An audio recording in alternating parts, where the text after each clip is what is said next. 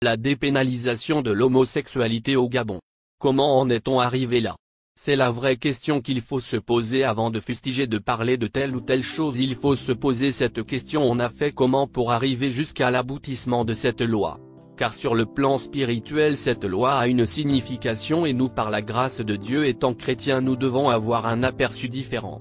La Bible déclare dans le livre de Proverbes 29 verset 18. Lorsqu'il n'y a plus de révélation, le peuple est sans voix. Donc il y a une voie, une orientation que le peuple doit suivre. Quand une telle loi est votée, cela signifie qu'on veut nous embarquer dans cette route, dans ce chemin. Mais pourquoi? Parce que préalablement ce qui devait définir le chemin que nous devons prendre, c'est-à-dire les serviteurs de Dieu, n'ont pas orienté le peuple par rapport à ce qui était juste. Comprenons alors ceci. Sur le plan spirituel, l'aboutissement de cette loi n'est que la destination finale de qui avait déjà été faite en 2013.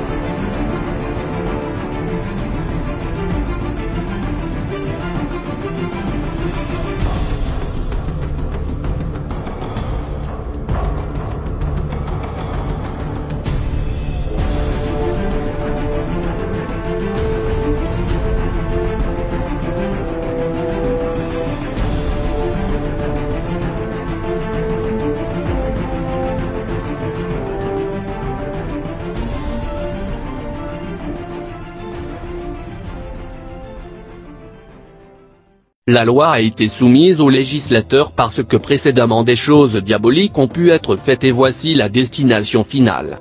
Voilà pourquoi nous devons comprendre quelque chose de très important. Il fut un temps dans les années 80 où le Gabon était classé par Dieu centre spirituel d'Afrique, lorsque le réveil avait commencé dans ce pays. Le réveil avait stipulé que le Gabon était le centre spirituel d'Afrique. Maintenant, comment est-on passé de centre spirituel d'Afrique à l'une des nations sur le continent qui valide l'une des pires abominations qui soit l'homosexualité? C'est ça le problème. Il y a un commencement à toute chose et il y a une fin. Ceux qui sont nés dans les années 80 peuvent comprendre et peut-être ceux qui sont nés dans les années 2000 ne peuvent pas comprendre, mais il fut un temps dans ce pays où une telle loi ne pouvait pas être votée. C'était impossible, l'atmosphère spirituelle ne le permettait pas. Il y avait le Saint-Esprit, il n'y avait la puissance de Dieu qui s'établissait dans cette nation. Même quand l'homosexualité était pratiquée, c'était fait de manière discrète et voilée. Donc si c'était fait de manière discrète et voilée, ça veut dire que la possibilité qu'elle soit validée était nulle. Donc cette loi a un commencement. Comment, ô Église du Seigneur, nous qui sommes censés apporter la vie, la puissance du Saint-Esprit dans ce pays, en est-on arrivé à cette abomination? Tout a commencé avec l'arrivée du réveil dans les années 80. Parce qu'avant cela le Gabon était un pays dominé par la franc-maçonnerie, la Rose-Croix et toutes sortes de rites incantatoires. Il n'y avait que cela qui dominait et beaucoup de gens étaient liés et soumis à toutes sortes de forces occultes.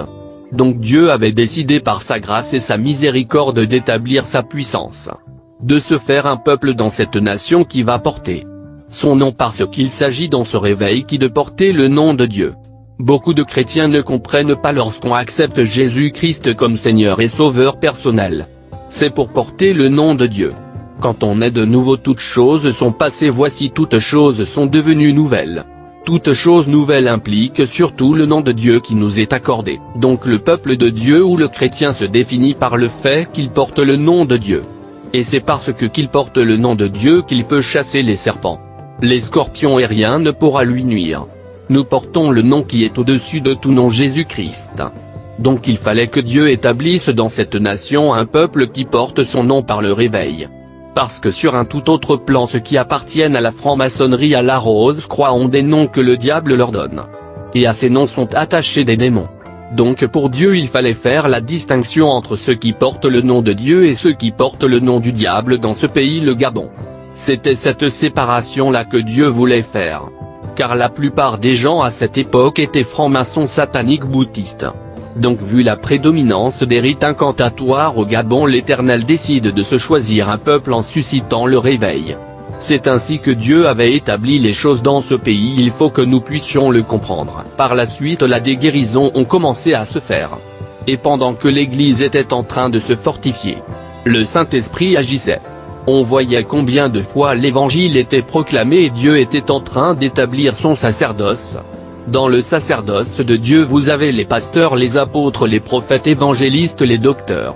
Toutes ces personnes constituent le gouvernement de Dieu sur la terre. Le sacerdoce étant défini comme le gouvernement de Dieu sur la terre. Donc il fallait qu'il ait aussi un gouvernement de Dieu dans ce pays. Par les différents dons du Saint-Esprit. Pour l'édification du corps de Christ. Car on ne savait pas en ce temps-là qui était Jésus, qu'est-ce qu'on entendait par baptême du Saint-Esprit. Donc dans les années 80 et 90 avait commencé l'édification du corps Christ par des enseignements. Ainsi ceux qui n'avaient pas encore accepté Jésus-Christ comme Seigneur et Sauveur personnel l'acceptaient. Et le nom de Dieu était glorifié. Mais malheureusement après que toutes ces choses ont été faites, les mêmes personnes qui avaient été appelées au sacerdoce qui servaient à l'édification du corps de Christ, ont pensé qu'ils pouvaient maintenant servir à l'édification du corps du monde. Ils ont commencé à se corrompre. Sachant ce que Dieu attendait d'eux, ils ont quand même choisi de se corrompre. À la suite de ça, tout ce qui se passe aujourd'hui s'est passé. Les pasteurs sont devenus des hommes politiques. Des hommes d'affaires. Et le diable est rentré dans l'église. En 2015 déjà un jeune Gabonais avait eu la révélation qu'il fallait qu'on se repente car Dieu allait frapper ce pays. Il s'adressait déjà aux pasteurs, aux églises. Car en 2015 l'abomination dans ce pays ne faisait que s'accroître, et seulement aujourd'hui qu'on est surpris que cette loi soit votée. Mais les avertissements signaux qui annonçaient de telles abominations étaient déjà présentes. Il y avait déjà des signaux que des choses abominables graves allaient se produire dans ce pays. Mais personne n'y a pris garde. C'est maintenant quand la chose est effective tout le monde se dit non, c'est pas possible. Alors que Dieu parlait, il nous avertissait mais personne n'écoutait. La confusion, l'apostasie de l'église des faux pasteurs ne faisait que prendre de l'ampleur. Ils ont choisi de créer des organisations religieuses. On ne sait pas ce qu'ils appellent organisation religieuse. Chaque mouvement défend son organisation. Dieu n'est pas dans les organisations, il est dans sa parole. Maintenant aujourd'hui, qu'est-ce que font ces organisations religieuses quand la dépénalisation de l'homosexualité est votée au Gabon? Ils ne peuvent rien faire car ils sont sous le joug de Satan. Lisons Genèse 18 versets 20 à 21. Et l'Éternel dit, le cri contre Sodome et Gomorrhe s'est accru, et leur péché est énorme. C'est pourquoi je vais descendre, et je verrai s'ils ont agi entièrement selon le bruit venu jusqu'à moi, et si cela n'est pas, je le saurai. Donc Dieu précise dans ce passage que les abominations sont montées jusqu'à lui. À la suite Sodome et Gomorrhe ont été détruites. Ce passage nous montre que Sodome et Gomorrhe, malgré tous les noms qu'on leur donne aujourd'hui, avant qu'ils ne soient définis comme des villes du péché, ils avaient les notions de Dieu, ils savaient ce que Dieu attendait d'eux. Mais ils choisissent délibérément de faire ce qui est mal aux yeux de l'Éternel. Dieu nous interpelle pendant que ces choses sont en train d'être faites. C'est le moment pour certains d'ouvrir les yeux, de regarder à Jésus pendant qu'il est encore temps. Par le passé nous avons fait ainsi, maintenant nous voulons nous tourner vers toi Seigneur. Donc qu'est-ce qui se cache derrière la dépénalisation de l'homosexualité au Gabon? Première chose qu'il faut comprendre. Les organisations religieuses ne servent à rien.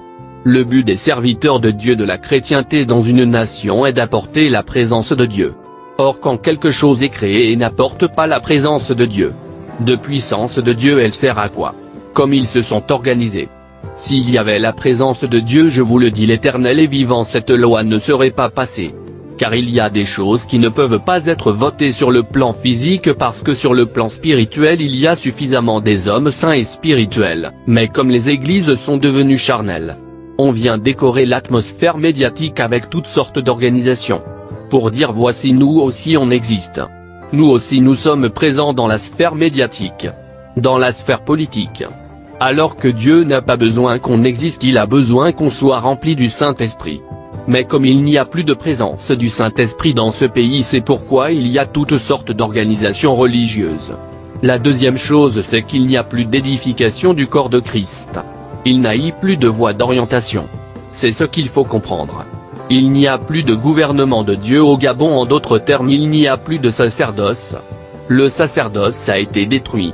Si on compte les justes dans ce pays, peut-être ils ne sont plus que sur les doigts d'une main. C'est ce qui justifie que sur le plan spirituel il n'y a rien qui puisse arrêter les forces des ténèbres, parce que les puissances des ténèbres sont bloquées quand les justes se lèvent. Si cette loi de la dépénalisation de l'homosexualité a été votée au Gabon, c'est parce que l'atmosphère spirituelle est perméable. Donc n'importe quel esprit ou démon peut entrer dans ce pays et posséder les gens. Et faire tout ce qu'il y a d'abominable. Ceux qui étaient des hommes de Dieu appelés par Dieu ont abandonné le sacerdoce. Ils sont devenus des hommes politiques, des parlementaires, et le vrai évangile a été abandonné dans ce pays. Voilà pourquoi toutes ces choses arrivent. Donc chrétiens du Gabon, nous devons nous remettre en cause. S'il y a séparation entre l'Église et l'État, c'est pour éviter ce genre de choses. De telle sorte que quand l'État décide de voter certaines lois, l'État soit influencé par le gouvernement de Dieu. C'est pour cela que Dieu établit les serviteurs de Dieu. Mais quand ces serviteurs de Dieu démissionnent de leurs fonctions liées au sacerdoce, le peuple aussi le fait et le pays est sans orientation spirituelle. Donc brièvement, voilà comment en est-on arrivé au vote de cette loi abominable. Que Dieu vous bénisse.